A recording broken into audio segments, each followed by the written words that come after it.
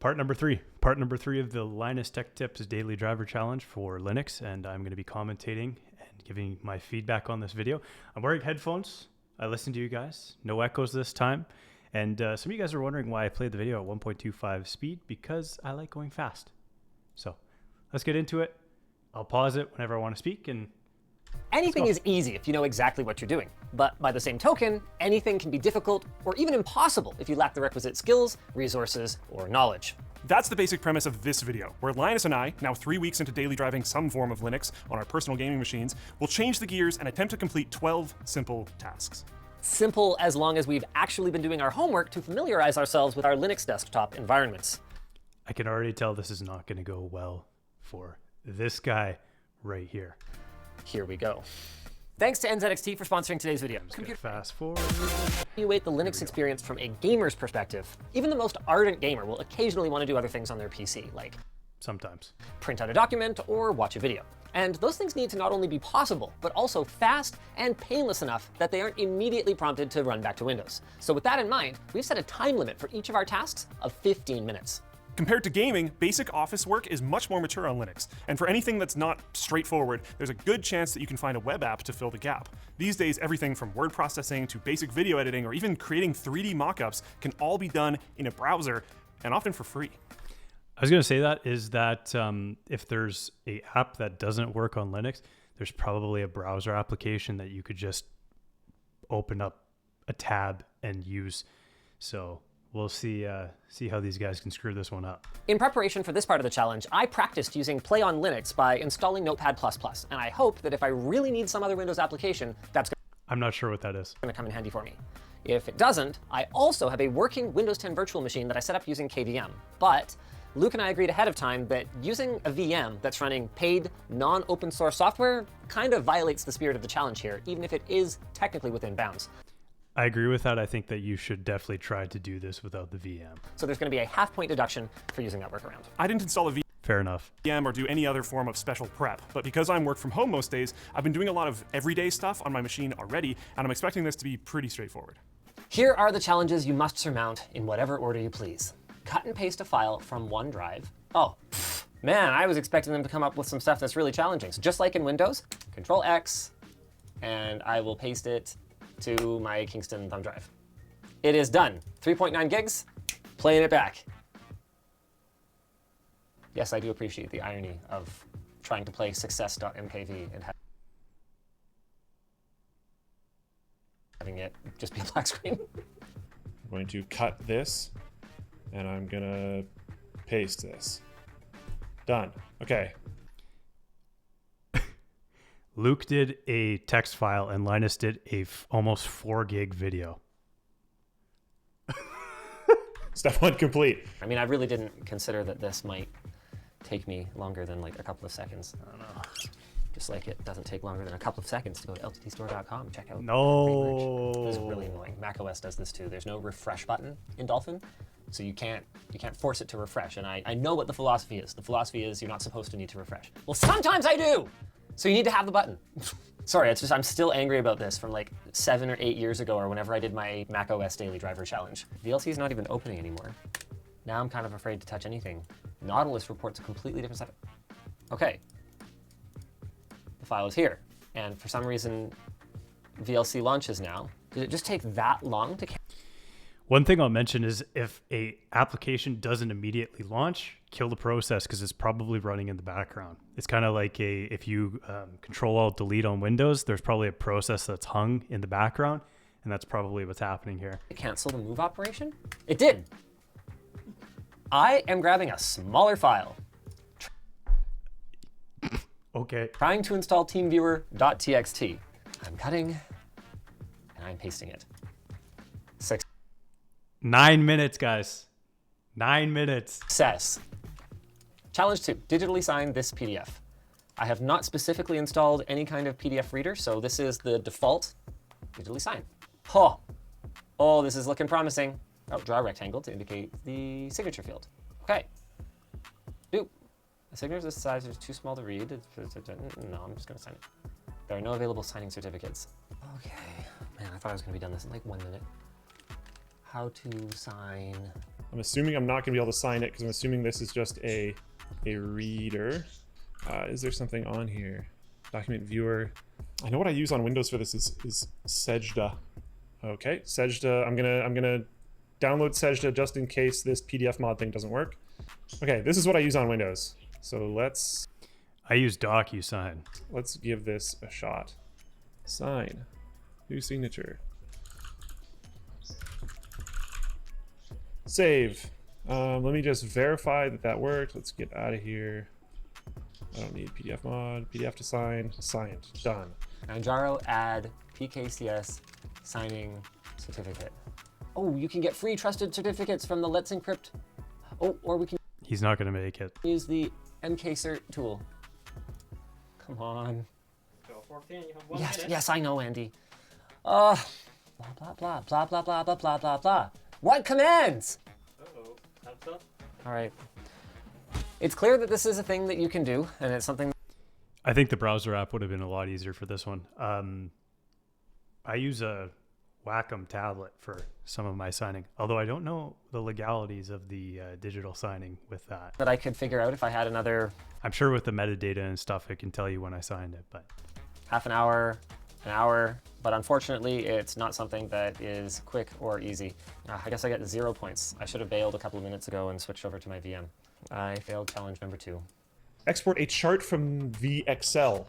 Right-click, save as picture, an Excel file. This has got to be the chart we're trying to right-click, export as image. Did that work? I've never done this before. I wasn't even fully aware that was a thing. Looks like it worked. It has a transparent background, but doesn't matter, I don't think.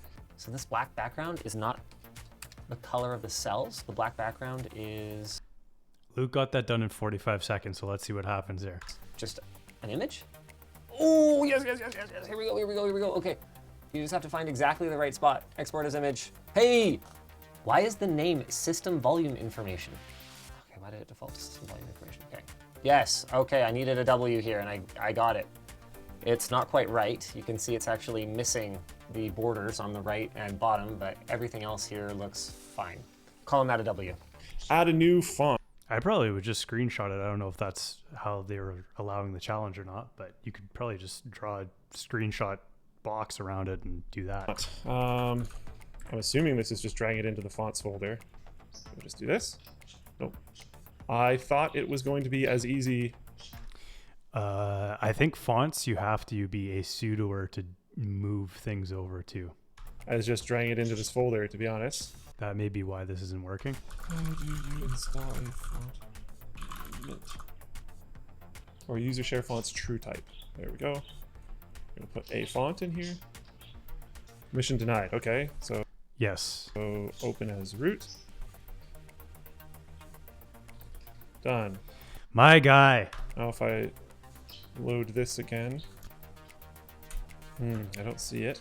I'm just gonna copy it to my downloads folder. What just happened? Did that just copy to the folder? Why would it do that? I dragged this onto a folder, but because Arc is some completely separate application that doesn't integrate properly with Dolphin, it just dumps it into the folder instead of specifically on the folder I'm dragging it to. So I have to open this folder, then copy it. I can open Night Zone with, sorry, what is this? K font view. Oh, install. Do you want to install the fonts for personal use system-wide? System-wide. Yes! I'm going to change my user interface to it. Ha! All right. It's pretty easy to just install a font package directly from a repository when you're doing it that way. Just as an alternative, don't shoot me, guys. I'm just telling you how I would do it. I did not think this one was going to be difficult. I don't know how much time I have, actually. I wasn't even paying attention because I thought I was just going to blow through it. So it can just go directly into fonts. So it could go directly into there. I don't know. I'm just going to put things everywhere. Is it actually called a font? Is it called Night Zone? Have I been done this whole time? Okay. Yeah. Got it right. I just didn't realize it was called Night Zone. Thanks, James. Oh my god. Okay, sweet. Sick. Print the Word doc. Okay. Here's my Word document. File. Print. Yeah, theoretically. I haven't done any setup for a printer, but this looks like a printer. So let's do it. Okay. A Word document is printing. I'll be back. That's in my girlfriend's office. We'll see what's gonna happen. This challenge is going to depend completely on what printer they have, because I know that printers are a sore spot for Linux, and Brother is very compatible. Canon, not so much. Other brands, HP is pretty compatible as well, but let's see what happens here. That was probably Nice. the easiest and best printing experience I've pretty much ever had. I didn't detect that printer. I didn't install that printer. I didn't do anything. I know from previously using Mint, I've seen the pop-up in the top right-hand corner come up being like, this printer has connected. But I never did anything for it, and yeah. If you're buying a printer, you should buy that one if you're using Linux. Printers. Okay, hold on. Whoa, what was that? Printer HP Device Manager. What is this? Do I even have an HP printer? It's a Samsung. That's gonna be. Whoa. I have no idea about Samsung. Oh, are you kidding me? There it is. Samsung CLP 310 series. Okay. Wait. It found a driver! This printer is actually a pain in the ass to get working on Windows because I think the last time it got a driver was either Vista or Windows 7. I actually have it saved to a folder on my server because there's no other place that I can find it, or I can, but it's a real chore. You have to like extract it from some other thing. Like it's a very giant pain in the butt. This just worked as far as I can tell, but until I actually see the page, I'm not ready Print the file. to believe it. Connecting the printer, waiting for printer. Let's go, Andy. Let's go, Andy. The light's flashing. It's flashing. Come on, CLP. Yeah! Nice. I was gonna say I've never been so happy to see a page printed out of a printer, but actually getting something to print is one of those things that pretty much every time you need to do it, it's like kind of urgent and kind of a pain in the ass. So no, I've been through this a lot. Success. Challenge number 6, compress and send all the files on this drive. Get that printer too, because it must be compatible.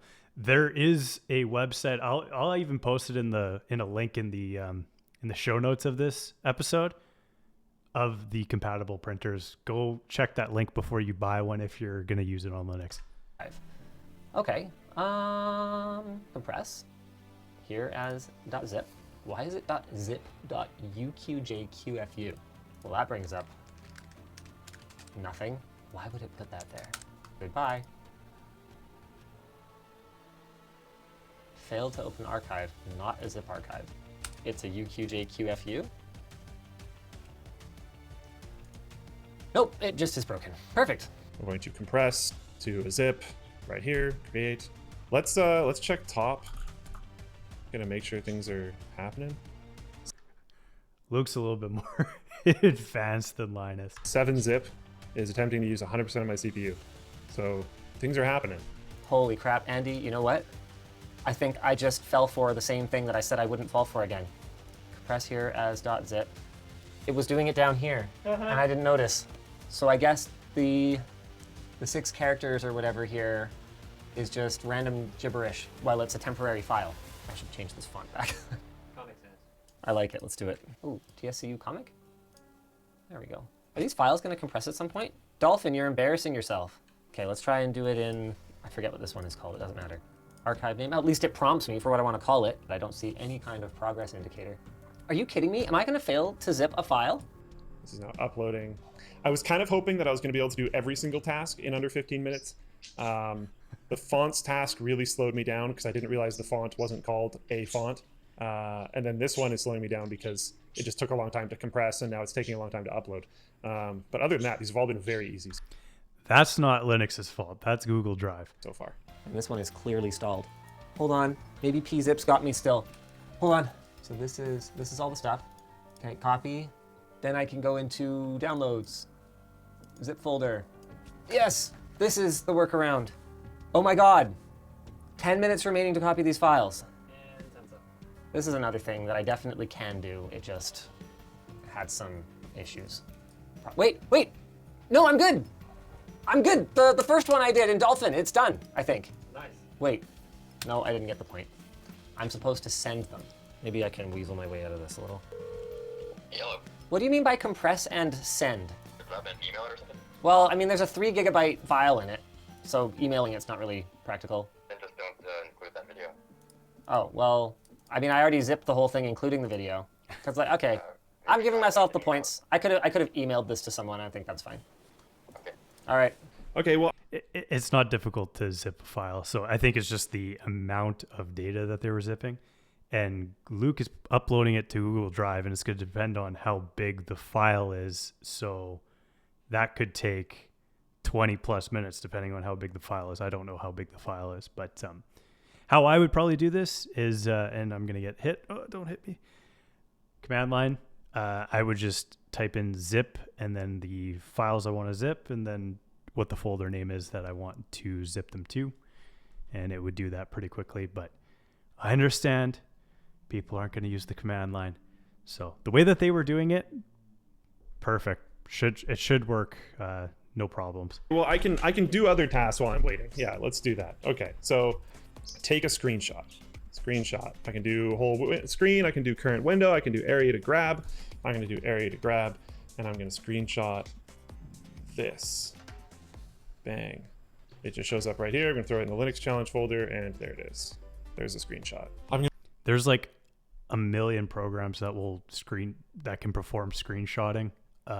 So Mint probably has one built in. It depends on probably more so the display environment that you're using rather than the distribution. But most of them, if not all of them, display environments, not window managers, come with an ability to take screenshots rather. I'm going to wait for make a shortcut. I didn't read this line before I started this. I don't have a network share. Set up Discord app to open on startup. There's probably, startup applications. Add one, choose application, Discord. Add application. Done. Discord's on startup now. Watch 4K content. I'm assuming that's the video. Google unveiled the Pixel 6 and 6 Pro today, Nice. but we already knew everything about it because Did they we? had everything. Okay, well, I guess I did that. This is done. That just got finished. Insert files using Drive. Linux challenge.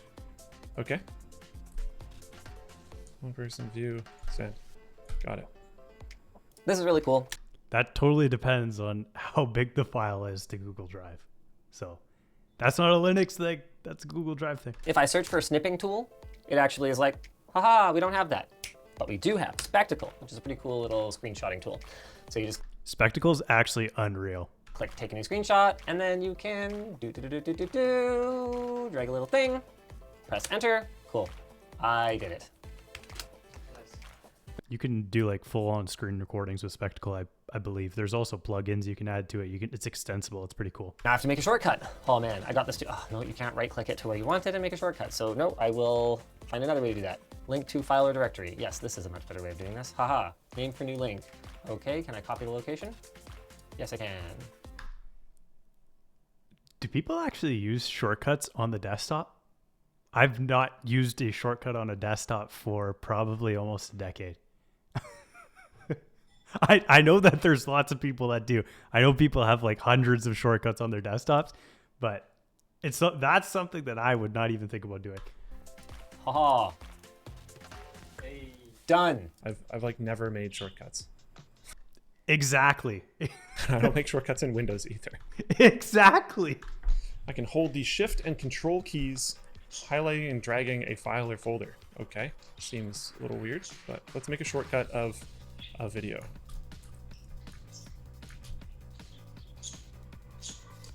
That I was going to say, can't you just drag and drop it to the desktop? looks like it's There's also a desktop folder in his, if you look right here, desktop. I think if you drag files onto that, I could be wrong, that will show up on your desktop too. shortcut. Yeah, it's a link. It's a shortcut. Nice. Connect to a network share. This is actually crazy easy because while I am using Samba on my Linux NAS, it's a Linux NAS. So yeah, so network, shared folders SMB, ladder server.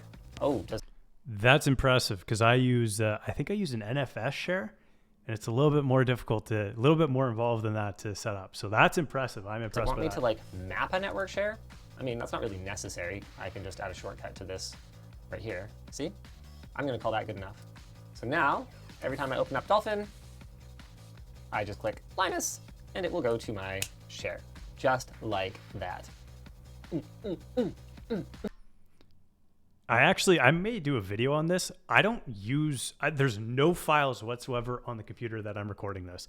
All of my files live on a server, and I mount that server as if it was a local drive on my computer.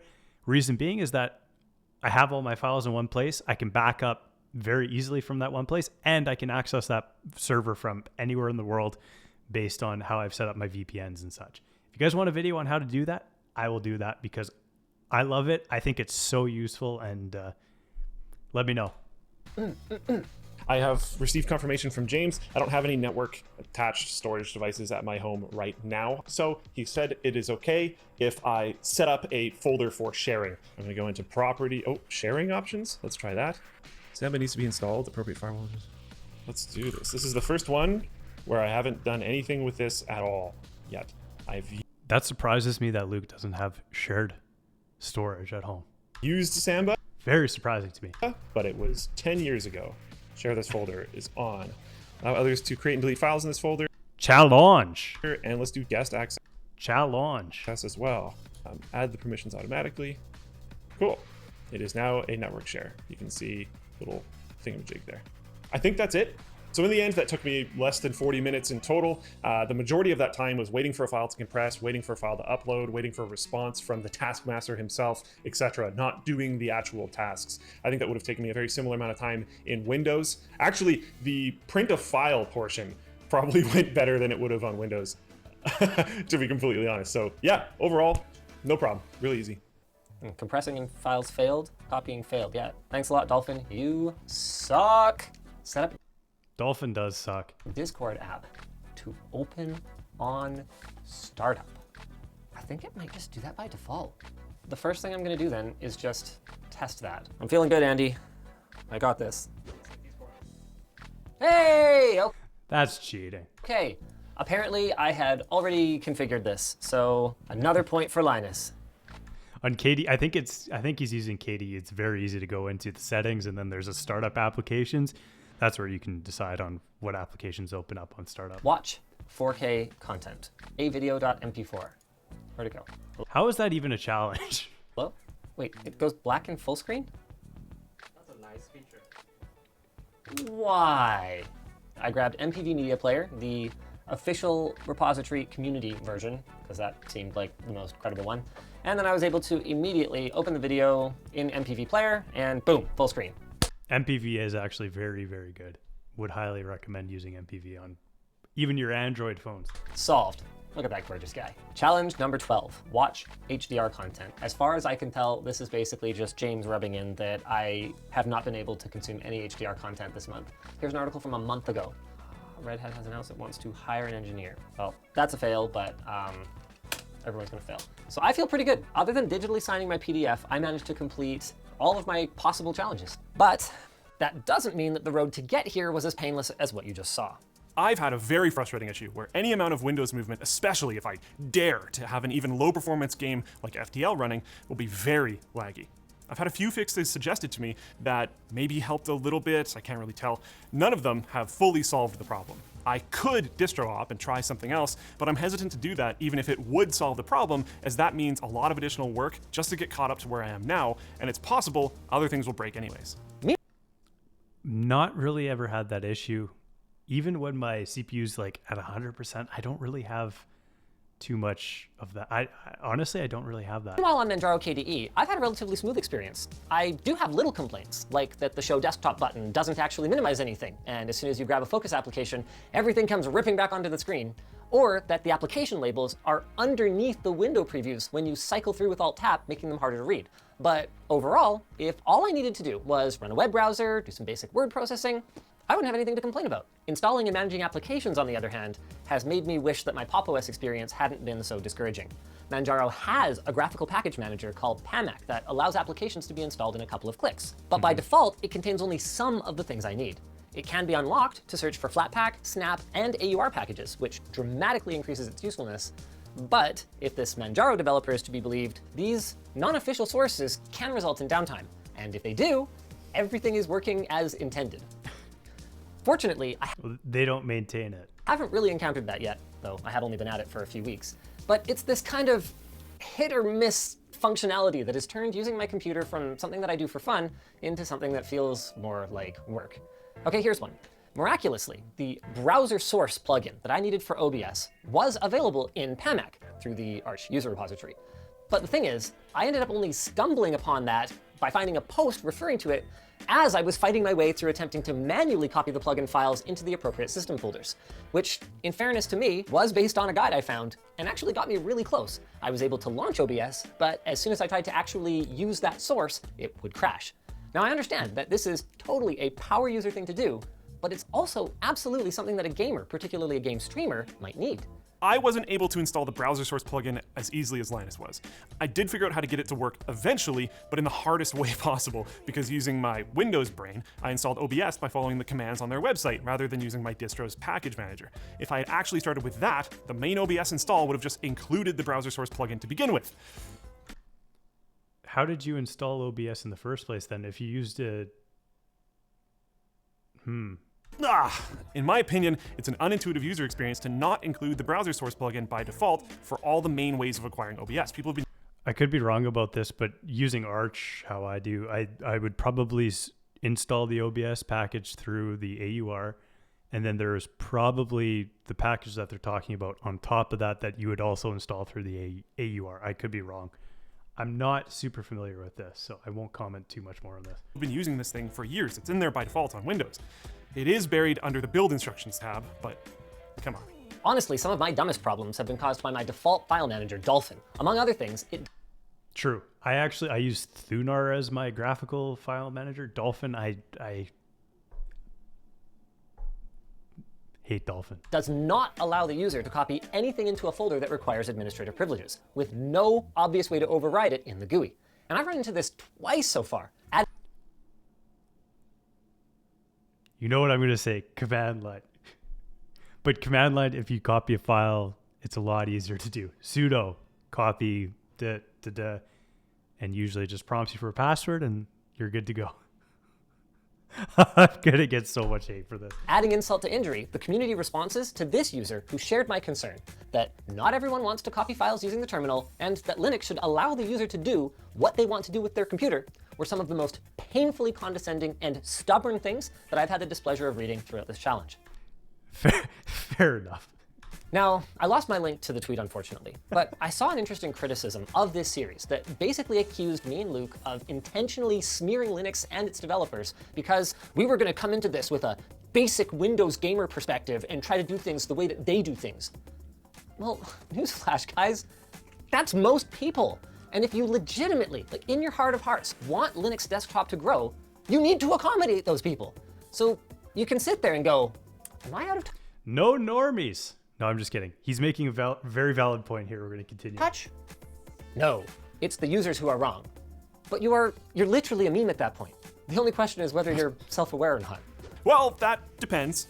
I strongly believe that enthusiast distros for advanced users should stay advanced. There is immense raw potential in an unfettered experience. It is important for new users wishing to eventually achieve mastery of a system, and for current masters of that system to be afforded full control and responsibility in order to maximize their ability to learn, grow, and realize potential. Very valid point in that there are advanced distributions, but there should be, like super simplistic, beginner-friendly distributions to get people into the ecosystem. I agree with 100% what they're saying here. That being as much as I say use command line, it is true. Very valid points that they're making. said, not everything fits under that umbrella. There are distros out there more for gamers or inexperienced users, so for those systems, we really hope that there's a lot of good that can come from us doing this. We also don't want to paint everyone in the Linux community with the same brush, because it's a diverse bunch of people with a wide range of experience with Linux. People like Wendell from Level 1 Techs, Jason Evangelo from Linux for Everyone, and Gardner Bryant from Gardner Bryant have been inviting and supportive not just to us, but to fans of the channel following in our footsteps, which is super cool. But Something that the good egg Where's my shout out? Where's my shout out? in the Linux community need to understand, though, is that you guys are great, and there's lots of you. It's just that it only takes a couple of toxic gatekeepers to turn people off. Like, you gotta remember, it's not always easy for people to reach out and ask for help. And if a literal developer of their distro goes out of their way to type extra unnecessary words to be condescending when they could have just pointed the user to the resources that they needed, it is extremely damaging to the good work that the majority is trying to do. And there has been so much of that good work on display throughout this project. I mean, getting my Windows VM, which I've only ended up needing to ingest some audio using Rode's weird, unnecessary utility and to configure my audio interface, was kind of a nightmare. Between incomplete guides, meaningless error messages, accidentally installing a version of VirtualBox that was made for the wrong version of the Linux kernel, and needing to enable an additional BIOS option that it didn't tell me I needed, it took me literally hours. But I got there. And it's worth noting that it can be a real hassle to set up a VM on Windows too, especially for an inexperienced user. And hey, at least on Linux, it's incredibly powerful and it's free. One of the very first ways that I bricked my system was installing a virtual machine using VirtualBox, and I used the wrong Linux kernel version. So my machine was bricked. So virtual machines are not easy regardless of what operating system. He's making a valid point here. Now, there's a lot more that I could say right now, but I feel like most of it is better suited for the upcoming parts where we focus on game compatibility and performance and our overall conclusions. So I will see you there. Thanks to NZXT. Another good video. And actually, both of them were very, they were able to do pretty much everything except for the digital signing of things. And I probably personally would have used a browser application for that. So good on these guys. I'm going to add, this challenge is bringing so much publicity and so many more people into at least even thinking about using Linux. So you have to take your hats off to these guys and what they're doing. So I'll give them a round of applause and such. But thanks guys for watching. If you guys want me to do that video about the server, let me know in the comments and I will definitely do it, because I think it's very, very cool and very helpful to be able to access your files from pretty much anywhere in the world. This is a good episode. So I'm glad that they were able to do most of this stuff.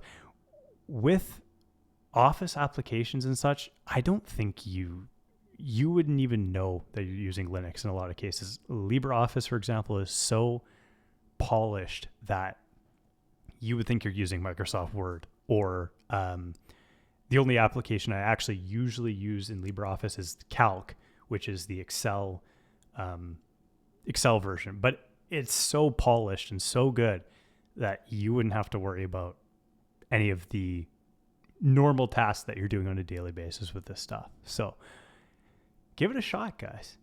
And let me know how you guys like this video in the comments, and we will catch you in part 4 coming up. Thanks so much for watching.